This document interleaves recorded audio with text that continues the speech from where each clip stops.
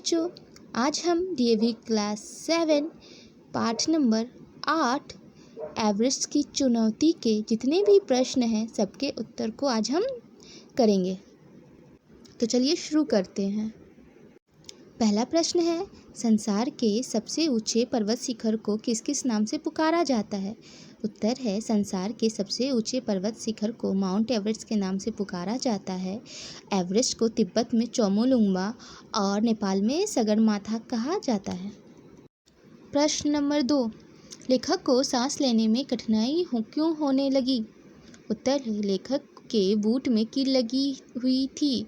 उसी कील से ऑक्सीजन सिलेंडर की पाइप में छेद हो गया था, जिससे ऑक्सीजन लेखक तक न पहुंचकर बाहर निकल रहा था, जिससे लेखक को सांस लेने में कठिनाई होने लगी थी। प्रश्न नंबर 3, हिलेरी की चिमनी लेखक के लिए चिंता का विषय क्यों थी? उत्तर, हिलेरी की चिमनी चट्टान और बर्फ की ढेर के बीच 13 मीटर ऊंची खाड़ी है। यह अत्यधिक चिकनी है, जिसके कारण यहाँ हाथ या पैर जमाने की कोई जगह नहीं है। इसी वजह से लेखक को चिंता होने लगी थी। प्रश्न 4, लक्ष्य तक पहुँचते पहुँचते लेखक को क्यों लगा कि चढ़ाई कभी खत्म नहीं होगी? उत्तर, लक्ष्य तक पहुँचते पहुँचते लेखक को ऐसा लगा कि उनकी चढ़ाई अब कभी खत्म नहीं होगी, क्योंकि लेखक शारीरिक रूप से बहुत थक चुके थे और ऊंचाई होने के कारण वहाँ ऑक्सीजन की मात्रा भी बहुत कम थी। उन्हें सांस लेने में बहुत कठिनाई हो रही थी और ठंड भी बहुत ज़्यादा था। एक एक कदम ये लोग बहुत ही मुश्किल से ले पा रहे थे। 5वां प्रश्न, एवरेस्ट शिखर तक पहुंचकर उन्होंने क्या क्या देखा? उत्तर है, एवरेस्ट शिखर तक पहुंचकर उन्होंने सबसे पहले अपने देश का झंडा देखा। फिर उन लोगों ने चारों तरफ का नज़ारा देखना शुरू किया।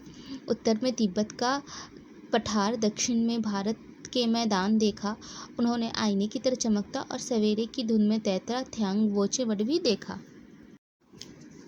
बच्चों, छठे नंबर में उचित विकल्प पर सही का निशान लगाइए। प्रश्न है, क में क्या है? कैंप 4 के तंबू एक तात में लगे थे क्योंकि? आप बताइए क्यों लगे थे? मैं आपको बताई थी ना, क्या था? वहाँ जगह की कमी थी। मतलब पहला स्थानाभाव था। स्थानाभाव का मतलब होता है स्थान का अभाव, मतलब स्थान की कमी। अब ख, एवरेस्ट का शिखर ऐसा लग रहा था मानो, कैसा लग रहा था आप बताइए? एक छोटी सफ़ेद घुमावदार महवार सी हो। मतलब ये तीसरा। बच्चों, मैंने आपको महवार का मतलब बताया था। महवार का मतलब होता है उल्टे यू के आकार का शेप जो दरवाजे के ऊपर होता है। एवरेस्ट की चोटी पे पहुंचकर सभी प्रसन्न थे क्योंकि? ये तो आपको पता ही होगा। क्यों प्रसन्न थे? क्योंकि अब उन्हें और चढ़ाई करनी नहीं थी। इसलिए जितने भी लोग थे वो सारे क्या थे? बहुत ही ज़्यादा खुश थे। प्यारे बच्चों, अब हम भाषा की तरफ आते हैं। ऊंचाई, चढ़ाई, कुशलता, प्रसन्नता, कठिनाई, निराशा, गर्व, सहायता, ये सारे शब्द बच्चों भाववाचक संज्ञा कहलाते हैं, क्योंकि इससे हमारे अंदर जो भाव है उसका पता चलता है। इसके 3 अन्य उदाहरण गुस्सा, खुशी और शर्म है बच्चों। इसके नीचे 2 नंबर में हमें युग्म शब्द दिए हुए हैं, जैसे करीब करीब, एक दूसरे, रोम रोम, इधर उधर। इन सारे शब्दों से वाक्य का निर्माण करना है।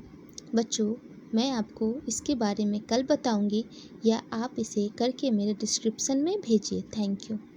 प्यारे बच्चों, अगर आप चाहते हैं कि मैं आपके इसी तरह के प्रश्नों के उत्तर भी ला के दूँ तो आप मेरे चैनल को शेयर करें, सब्सक्राइब करें और लाइक करें। Thank you.